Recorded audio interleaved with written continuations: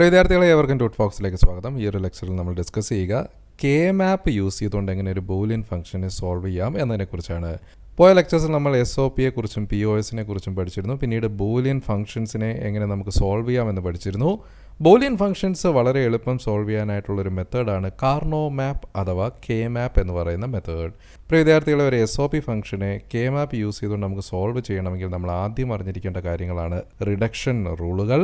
Reduction റൂളുകളിൽ സൂചിപ്പിക്കുന്ന ഇതാണ്: എപ്പോഴും നമ്മൾ ഒരു സെറ്റ് ഓഫ് പെയേഴ്സിനെ കൺസിഡർ ചെയ്യണം അല്ലെങ്കിൽ ഗ്രൂപ്പിംഗ് എടുക്കണം. അങ്ങനെ ഗ്രൂപ്പിംഗ് എടുക്കുമ്പോൾ ടോട്ടൽ നമ്പർ ഓഫ് വേരിയബിൾസ് അല്ലെങ്കിൽ സെല്ലുകളുടെ എണ്ണം എന്ന് പറയുന്നത് 2ൻ്റെ പവർ ആയിരിക്കണം. അതായത് 2⁻1 2 എലമെൻറ്റുകൾ ചേരുന്ന ഒരു പെയറാകാം, അല്ലെങ്കിൽ 2⁻2 4 എലമെൻറ്റുകൾ ചേരുന്ന ഒരു പവറായിരിക്കാം, അല്ലെങ്കിൽ 2⁻3 8 എലമെൻറ്റുകൾ ചേരുന്ന ഒരു ഗ്രൂപ്പിനെ നമുക്ക് കൺസിഡർ ചെയ്യാം. അതായത് പെയറായിട്ടോ കോഡായിട്ടോ ഒക്ടെക്റ്റായിട്ടോ നമുക്ക് എന്ത് ചെയ്യാം, റിഡക്ഷൻ എടുക്കാനായിട്ട് സാധിക്കും.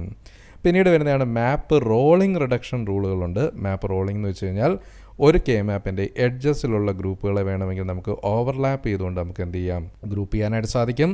ദെൻ ഒന്നിൽ കൂടുതൽ ഗ്രൂപ്പുകളെ നമുക്ക് ഓവർലാപ്പ് ചെയ്തെടുക്കാനായിട്ട് സാധിക്കും. അതിനെ ഓവർലാപ്പിംഗ് ഗ്രൂപ്പുകൾ എന്ന് വിളിക്കാം. ആൻഡ് ചിലപ്പോൾ ചില പെയേഴ്സ് 2 ഗ്രൂപ്പുകളിൽ ഓൾറെഡി വന്നിട്ടുണ്ട് എങ്കിൽ റിഡൻഡൻ്റ് ആയിട്ടുള്ള ഗ്രൂപ്പുകളെ നമുക്ക് അവോയ്ഡ് ചെയ്യാം. ഇതെല്ലാം നമുക്ക് ചില ഉദാഹരണങ്ങളിലൂടെ എങ്ങനെയാണ് ഈ പെയറിംഗ് നടത്തുന്നത്, ആ പെയറിങ്ങിനകത്ത് ഈ റൂളുകൾ എങ്ങനെ അപ്ലൈ ചെയ്യാം എന്ന് ഈ ഒരു വീഡിയോയിൽ നമുക്ക് കാണാം.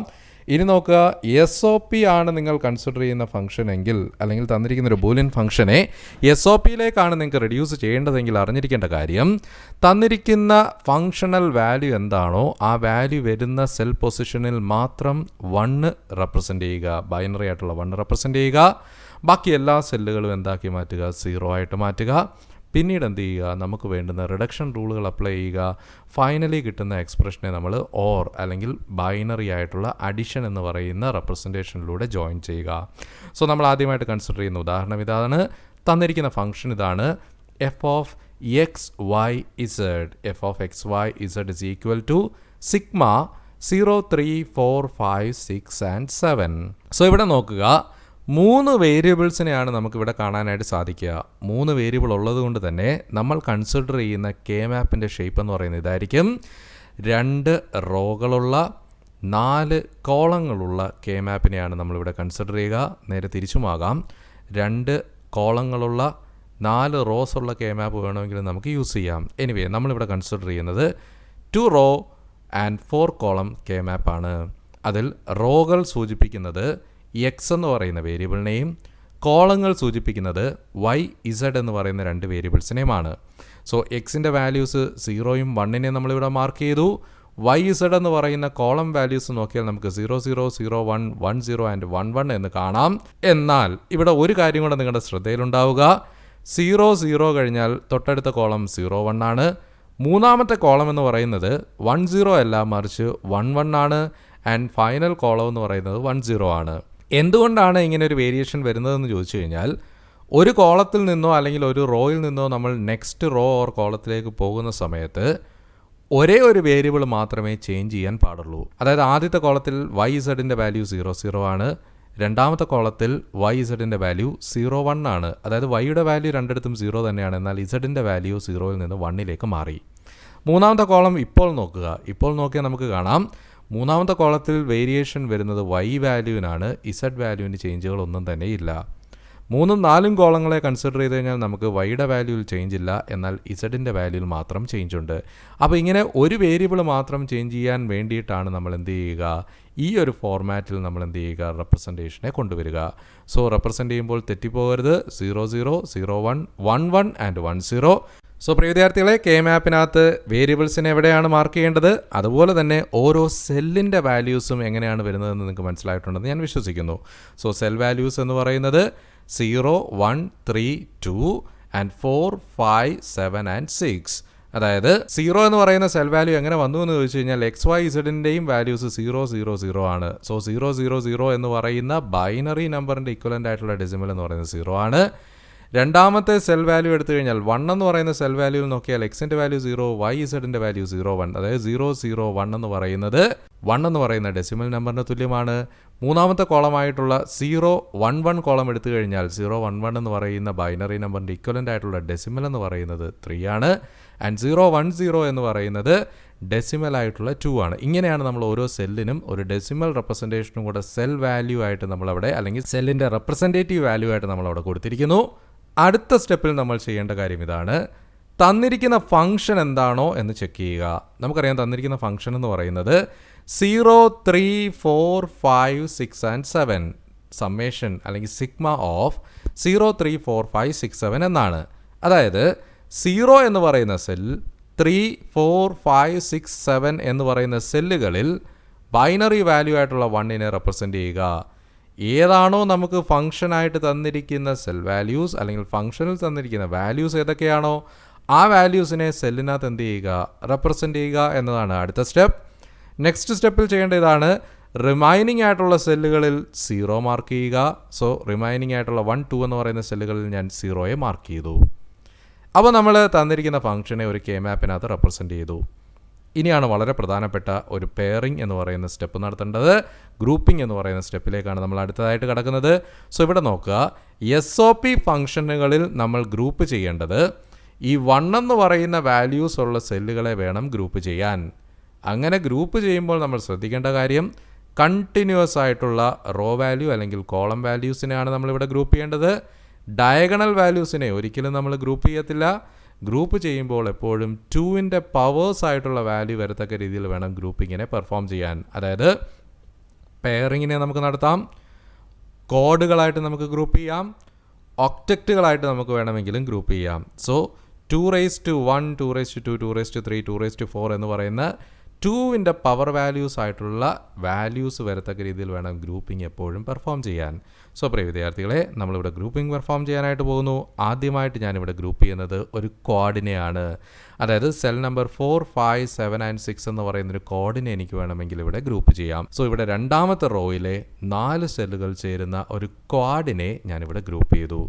അടുത്തതായിട്ട് എനിക്കിനി ചെയ്യാൻ സാധിക്കുന്നത് 0 എന്ന് പറയുന്ന സെല്ലിനെയും 4 എന്ന് പറയുന്ന സെല്ലിനെയും എനിക്ക് ഓവർലാപ്പ് ചെയ്തുകൊണ്ട് വേണമെങ്കിൽ ഗ്രൂപ്പ് ചെയ്യാം.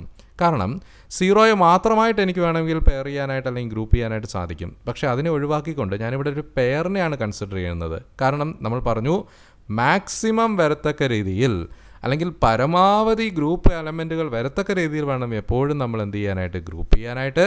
അതുകൊണ്ട് 0, 4 എന്ന് പറയുന്ന ഒരു പെയർ റിഡക്ഷൻ റൂളിനെ ഞാനിവിടെ അപ്ലൈ ചെയ്യുന്നു. അതേപോലെ തന്നെ എനിക്ക് ചെയ്യാവുന്നൊരു കാര്യമാണ് മൂന്നാമത്തെയും 7ാമത്തെയും സെല്ലിനെ എനിക്ക് എന്ത് ചെയ്യാം, പെയർ റിഡക്ഷൻ റൂളിലൂടെ ഗ്രൂപ്പ് ചെയ്യാം. സോ ഇവിടെ എനിക്ക് 3 ഗ്രൂപ്പിങ്ങുകൾ കാണാം. കളർ കോഡുകൾ ഞാനിവിടെ കൊടുത്തിരിക്കുന്നു. ആദ്യത്തെ ഒരു കോഡിനെ കാണാം, 4 എലമെൻറ്റുകൾ ചേരുന്നൊരു കോഡിനെ കാണാം. രണ്ടാമതായിട്ട് ഞാൻ ഇവിടെ ഒരു നീല ഗ്രൂപ്പിങ്ങിൽ കാണിച്ചിരിക്കുന്ന ഒരു പെയറാണ് 0ഉം 4ഉം എന്ന് പറയുന്ന 2 സെല്ലുകൾ ചേർന്ന ഒരു പെയർ. ആൻഡ് 3, 7 എന്ന് പറയുന്ന ഒരു പെയറിലെയും നമുക്കിവിടെ കാണാം യെല്ലോ ഷെയ്ഡിങ് ഞാനിവിടെ കൊടുത്തിരിക്കുന്നു. ഇനി എങ്ങനെയാണ് ഇങ്ങനെ ഗ്രൂപ്പും പെയറും ചെയ്യുമ്പോൾ നമുക്ക് വേണ്ടുന്ന റിഡക്ഷൻ ഇവിടെ കിട്ടുന്നത് എന്ന് ചോദിച്ചു കഴിഞ്ഞാൽ, കോഡിൻ്റെ കേസ് തന്നെ എടുക്കുക. ഫസ്റ്റ് ഞാനിവിടെ കൺസിഡർ ചെയ്യുന്നത് കോഡിനെയാണ്. ആ കോഡ് ഇരിക്കുന്നത് രണ്ടാമത്തെ റോയിലാണ്. ആ റോയെ കൺസിഡർ ചെയ്യുമ്പോൾ ഒരു സെല്ലിൽ നിന്ന് അടുത്തൊരു സെല്ലിലേക്ക് നമ്മൾ ട്രാവൽ ചെയ്യുന്ന സമയത്ത് ചേഞ്ച് ചെയ്യാത്ത വാല്യൂസിനെ മാത്രമേ ഫൈനൽ റിഡക്ഷനിൽ നമ്മൾ കൺസിഡർ ചെയ്യാവൂ. അതായത് സെക്കൻഡ് റോയിൽ ആയതുകൊണ്ട് തന്നെ എക്സിൻ്റെ വാല്യൂ എന്ന് പറയുന്നത് 1 ആണ്. ആ എക്സിൻ്റെ വാല്യൂ ഈ 4 സെല്ലിലും സെയിം തന്നെ ആയിരിക്കും. ഇനി ബ്ലൂ ഷെയ്ഡിങ്ങിലുള്ള ആദ്യത്തെ പെയറിനെ നമ്മൾ കൺസിഡർ ചെയ്യുകയാണെങ്കിൽ ആ പെയർ നിൽക്കുന്നത് ആദ്യത്തെയും രണ്ടാമത്തെയും റോയിലും ഒന്നാമത്തെ കോളത്തിലുമാണ്.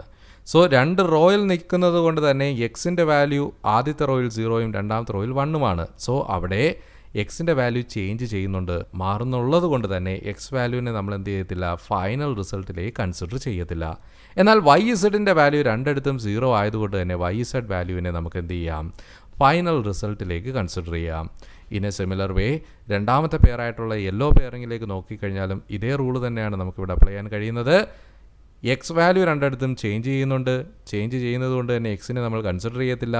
ചേഞ്ച് ചെയ്യാത്ത വാല്യൂ ആയിട്ടുള്ള YZ വാല്യൂസിനെ ആയിരിക്കും നമ്മൾ കൺസിഡർ ചെയ്യുക. ഇനി ഒരു കാര്യം കൂടെ ശ്രദ്ധിക്കുക. ആദ്യത്തെ കോഡ് റെഡ് കളറിൽ കൊടുത്തിരിക്കുന്ന കോഡിനെ നോക്കിയാൽ എക്സിൻ്റെ വാല്യൂ അവിടെ 1 ആണ്. 1 ആയതുകൊണ്ടാണ് നമ്മളിവിടെ എക്സ് എന്ന് തന്നെ കൺസിഡർ ചെയ്തിരിക്കുന്നു. എന്നാൽ ആദ്യത്തെ പെയർ ബ്ലൂ കളറിൽ കൊടുത്തിരിക്കുന്ന ഫസ്റ്റ് പെയറിനെ നോക്കിയാൽ 0, 4 എന്ന് പറയുന്ന സെല്ലിൽ ഇരിക്കുന്ന ഫസ്റ്റ് പെയറിനെ നോക്കിയാൽ നമുക്ക് എക്സ് വാല്യൂ ചേഞ്ച് ചെയ്യുന്നതുകൊണ്ട് എക്സിനെ നമ്മൾ അവോയ്ഡ് ചെയ്തിരുന്നു.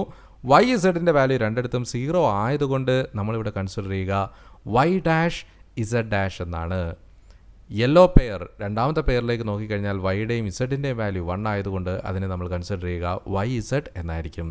സോ പ്രിയ വിദ്യാർത്ഥികളെ, നമ്മുടെ അടുത്ത സ്റ്റെപ്പിലേക്ക് നമ്മൾ കടക്കുന്നു. നെക്സ്റ്റ് ഓർ ഫൈനൽ സ്റ്റെപ്പിൽ നമ്മൾ ചെയ്യുന്നത് ഇത്രയേ ഉള്ളൂ.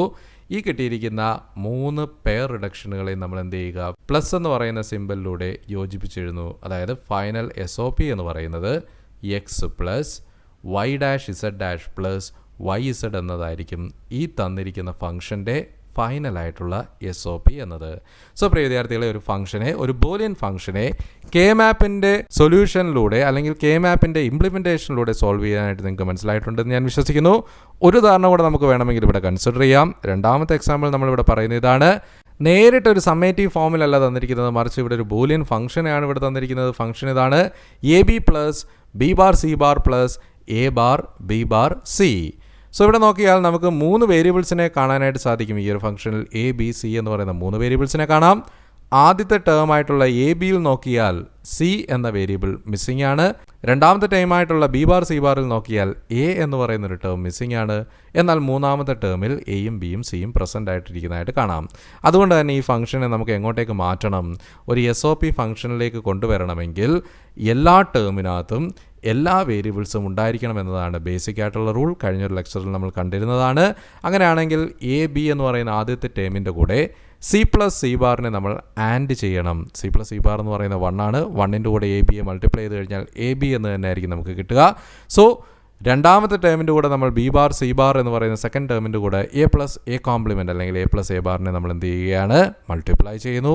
മൾട്ടിപ്ലൈ ചെയ്തതിനു ശേഷം ബ്രാക്കറ്റ് ഓപ്പൺ ചെയ്യുന്ന സമയത്ത് നമുക്ക് ഇങ്ങനെ മാറും ഈ function ABC plus ABC bar plus AB bar C bar plus A bar B bar C bar plus A bar B bar C. ഇനി നമ്മൾ അടുത്ത സ്റ്റെപ്പിൽ ചെയ്യുന്നത് എന്തായിരുന്നു? ഒരു വേരിയബിൾ ആണ് എങ്കിൽ 1 കൊണ്ടും വേരിയബിൾ കോംപ്ലിമെൻ്റ് ആണ് എങ്കിൽ 0 കൊണ്ടും നമ്മൾ റെപ്രസെൻ്റ് ചെയ്യുന്നു.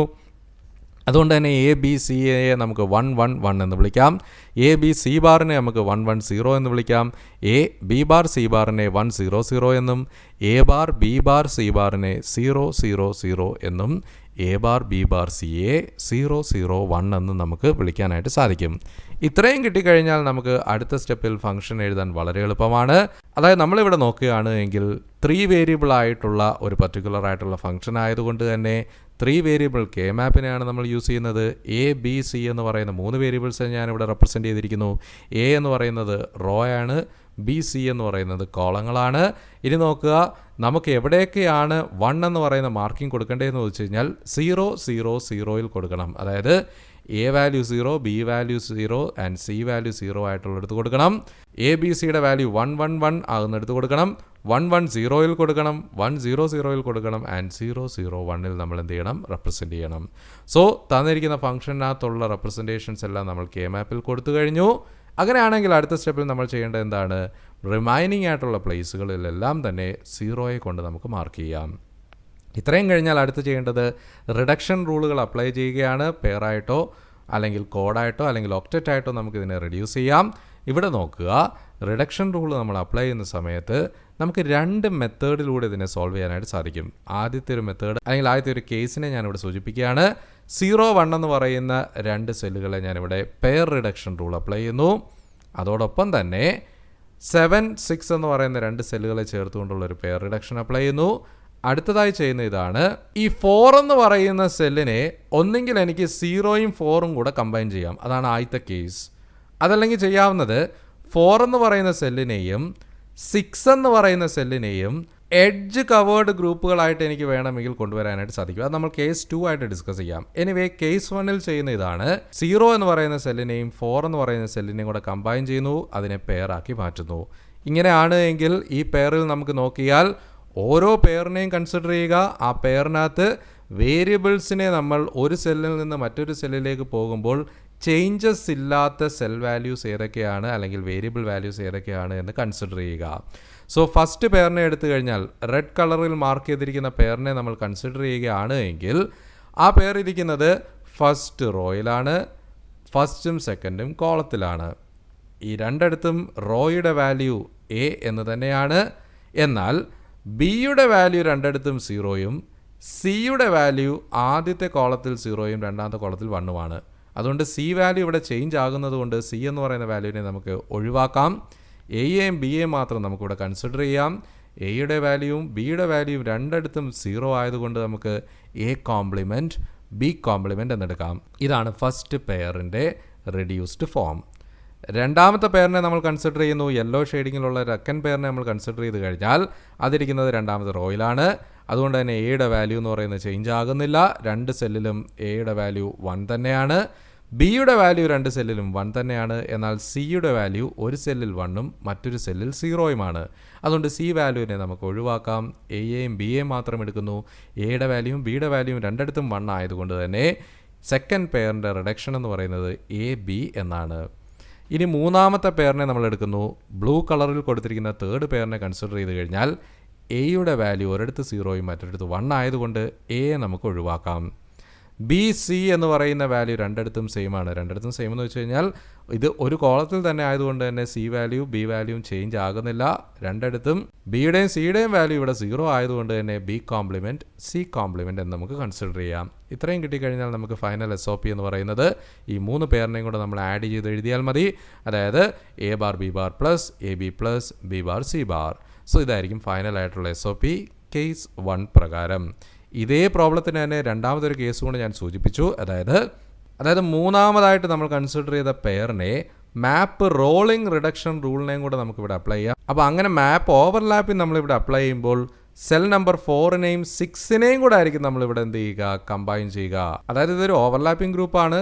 എന്നാൽ റോളിംഗ് റിഡക്ഷൻ മാപ്പിൻ്റെ എഡ്ജുകളിലുള്ള സെല്ലുകളെ റോൾ ചെയ്തുകൊണ്ട് നമ്മൾ റെഡ്യൂസ് ചെയ്യുകയാണ്. അങ്ങനെ വരുന്ന സമയത്ത് ആദ്യത്തെ പെയറിനകത്ത് ചേഞ്ചസ് ഒന്നുമില്ല, എ ബാർ ബി ബാർ തന്നെ. സെക്കൻഡ് പെയറായിട്ടുള്ള യെല്ലോ പെയറിനകത്തും ചേഞ്ചുകളൊന്നുമില്ല, എ ബി എന്ന് തന്നെയാണ് വരിക. എന്നാൽ തേർഡ് പെയറിനെ നോക്കിക്കഴിഞ്ഞാൽ തേർഡ് പെയർ സെൽ നമ്പർ 4നെയും 6നെയുമാണ് കമ്പൈൻ ചെയ്യേണ്ടത്. അങ്ങനെ കമ്പൈൻ ചെയ്യുമ്പോൾ എയുടെ വാല്യൂ രണ്ടിടത്തും 1 തന്നെയാണ്. ബിയുടെ വാല്യൂ ആദ്യത്തെ കോളത്തിൽ 0യും നാലാമത്തെ കോളത്തിൽ 1ഉമാണ്. സിയുടെ വാല്യൂ ആദ്യത്തെ കോളത്തിലും നാലാമത്തെ കോളത്തിലും 0 ആണ്. സോ ഇവിടെ നോക്കിയാൽ ബി വാല്യൂ ചേഞ്ച് ആകുന്നതുകൊണ്ട് നമുക്ക് ബിയെ ഒഴിവാക്കാം. എയുടെ വാല്യൂ 1 ആണ്, സിയുടെ വാല്യൂ 0 ആണ്. അതുകൊണ്ട് എ സി ബാർ എന്നായിരിക്കും നമ്മൾ കൺസിഡർ ചെയ്യുക. അങ്ങനെയാണെങ്കിൽ SOP എന്നത് A bar B bar plus A B plus A C bar എന്നായിട്ട് മാറും. സോ നമ്മളിപ്പോൾ ഡിസ്കസ് ചെയ്ത ഈ ഒരു ഫംഗ്ഷന് കെ മാപ്പ് പ്രകാരം 2 സൊല്യൂഷൻസ് പോസിബിൾ ആണ്. ആദ്യത്തെ solution A bar B bar plus A B plus B bar C bar. രണ്ടാമത്തെ സൊല്യൂഷൻ എന്നത് A bar B bar plus A B plus A C bar എന്നായിരിക്കും. സോ പ്രിയ വിദ്യാർത്ഥികളെ, നമുക്ക് തന്നിരിക്കുന്ന ഒരു ബൂലിയൻ ഫംഗ്ഷനെ ഒരു കെ മാപ്പിൻ്റെ സഹായത്തോടു കൂടി നമ്മൾ SOP കൺവേർഷനിലേക്ക് മാറ്റുന്ന ഈ ഒരു എക്സാമ്പിൾ നിങ്ങൾക്ക് മനസ്സിലായിട്ടുണ്ടെന്ന് ഞാൻ വിശ്വസിക്കുന്നു. പ്രിയ വിദ്യാർത്ഥികളെ, അടുത്തൊരു ലെക്ചറിൽ നമ്മൾ ഡിസ്കസ് ചെയ്യുക 4 വേരിയബിൾസ് വരുന്ന ഒരു ഫംഗ്ഷനെ എങ്ങനെ കെ മാപ്പിൻ്റെ സഹായത്തോടു കൂടി സോൾവ് ചെയ്യാം എന്നതിനെക്കുറിച്ചാണ്. അടുത്തൊരു വീഡിയോയുമായി വീണ്ടും കാണുന്നതുവരെ ഏവർക്കും നന്ദി, നമസ്കാരം.